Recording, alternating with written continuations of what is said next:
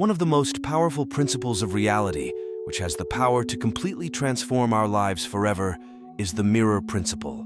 This great transformation doesn't involve a specific technique or strategy that requires action. This principle is related to the person you want to become. For example, if your desire is to become a millionaire, the truth is that you need to become a millionaire on the inside before this manifests itself on the outside. Otherwise, you'll keep jumping from one place to another, thinking that the problem lies with you. So the first learning in this principle is, if you don't change internally, nothing external will change. This is the fundamental essence of the mirror principle. If you master this principle, everything you touch will turn to gold. However, this requires you to confront your own demons, your own reflection, words you may not like. If you're really ready for a significant change, this video is for you. In this video, I'll also share with you a crucial exercise that I still practice today. So today we're going to unravel this principle and how it can actually change your life. Reality is a mirror that reflects your relationship with yourself and the world, or with reality itself, your inner world and your outer world. What do I mean when I say that? Well, let's go back to the example of becoming a millionaire. If your relationship with money is that you're not capable of making money, that you're not good at making money, then the mirror of reality will say, oh, that's what you believe, so be it. But there's more evidence of why you're not capable of making money, and consequently life will give you more circumstances that confirm your hypothesis and the statement you're making. So I want you to remember this crucial point. The external world is merely a reflection formed by the image, which essentially is another way of saying that it is our internal world. If we look carefully at the world around us, it's clear that most people are increasingly immersed in the frenzy of the outside world, consumed by technology, social media, and the hustle and bustle of everyday life. Many of us have lost the connection with our inner wisdom, the inner essence that we once mastered. So let's explore the 4 keys that will enable you to shape reality according to your desires. When we study the law of attraction, for example, one of the things most often mentioned is how reality is a mirror, and what we try to do is manipulate that mirror. The first fundamental key of the mirror principle is to understand that the mirror of reality reflects 2 things: your relationship with yourself and your relationship with the world around you. In other words, what you see in the mirror of reality is a projection of how you see yourself and how you see the world. If you look at yourself and think you're not good enough, the mirror will simply reflect that belief. I'm not good enough. I can't do this because I'm not good enough. And the mirror will respond, you're not good enough. Here's more proof of why you're not good enough.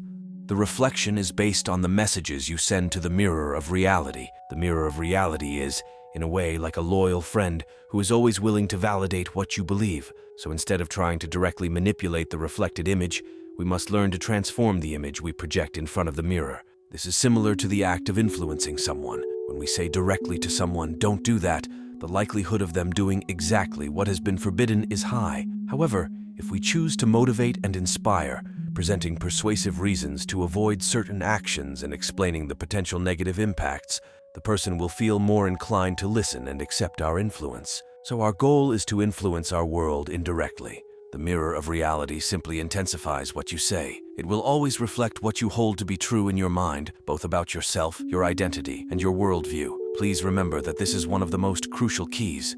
Now the question is, how can we change this? How can we interrupt this pattern and consciously choose what we want? You need to create your own identity and worldview, your paradigm. I'll provide an example to help you understand how to create your identity. First of all, it's essential to become clear about what you want in the long term, in 10 years' time, for example. In the final image, what is an activity that you see yourself doing every day? What do you have that makes your life a continuous journey of discovery? And ask yourself, who am I being now? What characteristics and traits do I have when I'm achieving, having, and doing all these things? This is crucial. Next, consider what your worldview is. How do you perceive the world when you are living this reality? How do you see the world when you're experiencing all this? Take a moment to bring powerful affirmations to life. First, create affirmations about your identity, how you see yourself. It could be something like, I am worthy, I am a magnet for abundance, because I carry within me the magic touch of an alchemist. Then create affirmations that relate to your vision of the world. For example, the world conspires in my favor. Everything happens at the right time and according to the divine plan. As you dedicate yourself to repeating these affirmations daily and internalizing them, Be prepared to witness an incredible transformation. The reality you perceive, the way you see the world, will begin to change before your eyes. Even if what you want is apparently difficult for you today, it doesn't mean that you won't be able to achieve it tomorrow. Everything takes time, practice, and patience. So respect your time, but also don't let certain fears stop you from achieving the extraordinary. So make sure you take a moment to do this exercise. It has the power to completely revolutionize your life. Now let's move on to key number 2. What you need to understand is that the reflection we see in our material world is formed with a certain delay. Why? Here's why. In our inner world, we can create an image instantly, just by closing our eyes and visualizing what we want. That's how it works in this dimension. However, in the third dimension, the physical dimension, things take a while to manifest due to the inert nature of matter. The matter is dense and cannot break the laws of nature to make everything manifest instantly. So that brings us to the next key. You have to hold on to the belief you have established long enough for your desire to manifest. What does this mean? It means that you must remain faithful to the identity and worldview you have created until your goal reveals itself. Wherever you want to be, start by adopting the identity of someone who already is that. Ask yourself how that person would act and hold on to that identity for long enough. An interesting phenomenon occurs when people start to experience this. They realize that their lives have ups and downs. They establish a belief, an identity, expecting their goal to come true, but the result doesn't appear immediately. Then their mood begins to decline, along with the belief. Now, once your mood reaches its lowest point, suddenly its manifestation reveals itself.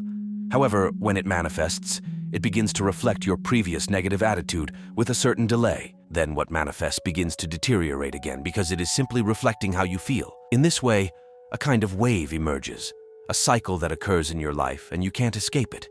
You experience ups and downs and there's no avoiding them. The key is to always remain loyal to the identity and worldview you have created, as this is the most effective way to promote significant changes in your life. Now let's move on to the next key, which I find profoundly impactful and which I have practiced on a daily basis. What you need to understand is that the mirror of reality does not reflect the nature of your thoughts, but their purified content. I'll explain what I mean shortly. Think about it. If you keep expressing dissatisfaction, but there's a content to your dissatisfaction such as, I hate my dead-end job, I hate my boss, I hate my partner, I hate the bills that I have to pay.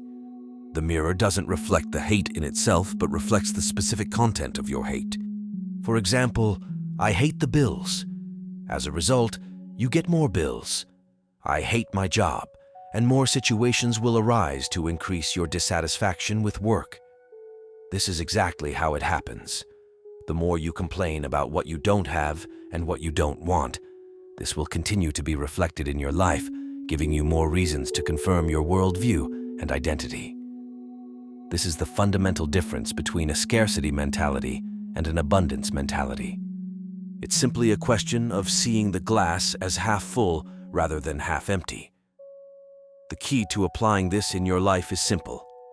Focus on what you want and what you already have. To make any change happen, you need to start focusing on what you already have right now. Everything you have, all the progress you've made, the beautiful family you have, the things you want in your life. Just stop and think, what do I want? What would make my life a real journey of discovery? How does that look? How does it feel? It can be a vague image as long as you're focused on what you want. And when you do that, when you continue to focus on what you want, the gap between your current life and your desired life begins to close because you start to push the boundaries of your comfort zone. So that's the key number 3. Now let's move on to key number 4, last but not least, the mirror cycle. This will change everything forever, because if you learn to manipulate this mirror cycle for yourself, you will no longer be so uncertain about what you do. You will literally see reality changing before your eyes. It all starts with an observation. So what's the backward attitude you had in the past? All the complaints, the bad things that happened in the past, or the unconscious choices that were made. That's the present moment. When you look at the present moment and are faced with bills to pay and a job you don't like, for example, you observe this and use it to form your image or attitude. When I say image, I mean the internal attitude, thoughts and feelings that we present to the mirror. When we form the image, the mirror has no choice but to reflect it. So it reflects and forms reality according to the reflected image. But what usually happens is that most people look at the reflection again and remain trapped in this cycle. This is an addictive trap that most people find themselves in. They watch and remain stuck in that pattern, and in the end they think, damn, this keeps happening again and again. I don't know what I'm doing wrong. And then they try different tactics and strategies. They try business strategies. They try starting a new business, and nothing works. It's like it works for a while, it gets them excited, but then they go back to that pattern simply because they can't make an internal change. But I want you to remember something very important. This is because there is no fundamental change happening in terms of worldview and identity. So the way to do this is to reverse this process. For most people, they start by observing, then creating the image, and then the reflection. This is the standard cycle for puppets. But if you want to become a co-creator, a true creator of your reality, you need to reverse this cycle. I say this because I've been through it myself, many years in my life. But when I really understood this cycle, everything changed. To break this cycle, we first start with the image we would like to form. We turn our backs on reflection. We turn our backs on looking at our current reality because we begin to realize that what is around us now has only been formed from decisions made in the past. You need to realize this or nothing will change. If I want to shape tomorrow, I consciously choose today. So we start with the image, and when we choose the image and say, hey, this is what I want and this is what I have, the mirror has no choice but to start reflecting it in small amounts little by little. Even small changes will happen slowly, with delay. So what do we do next? Instead of observing, we confirm. We take a look in the mirror to see what's working. And when we see the reflection, we think, oh, that's working. Look, that happened. If you want more confidence, over time you'll notice that people will start to welcome you better. If you wanted to improve some aspect of your work or business, you'll notice that things are getting better. Your whole world may be falling apart, but you only focus on the things you want to confirm, the things that correspond to that worldview and identity you've chosen to create. The idea is that you always keep doing it. And the more you keep doing it, it will turn into something beyond anything you've ever imagined. If you start using these principles, your life will change completely. Guys, this is real. This is something I applied and it really worked, so I'm passing it on to you.